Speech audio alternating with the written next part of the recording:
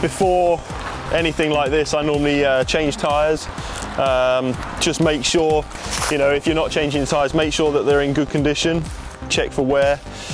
You know, really the sort of key essentials to an event like this after you've put in months of training is make sure that your equipment's in good working order. So if it means you've got to take it to a bike shop to get a once over, you know, I change brake pads, make sure that your wheels are nice and true and obviously in good condition, you know, no play in the hubs.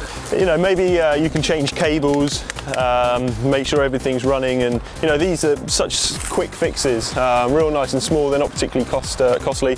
Certainly the cost of a trip like this is quite a lot anyway, so the little pieces which hopefully make the day go better are always worth bearing in mind.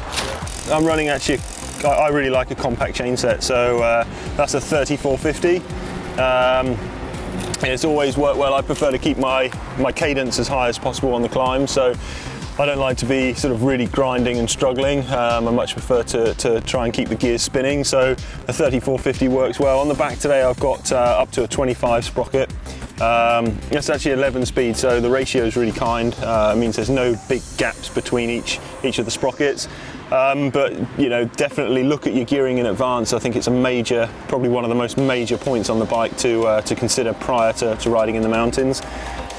You know, if you need to fit a 28, 30 or more, then you know, I'd absolutely recommend it. It's you know, it's not about sort of pushing a big gear and coming across as, you know, manly and you know, it's just about actually getting over the climbs in the best possible shape. So you know, if you're used to riding, if you don't have the mountains back home, if you're used to riding on the flat, then definitely have a look at your gearing beforehand, and if you get the chance to do some recons, then find out what works best for you and you know, adjust it accordingly.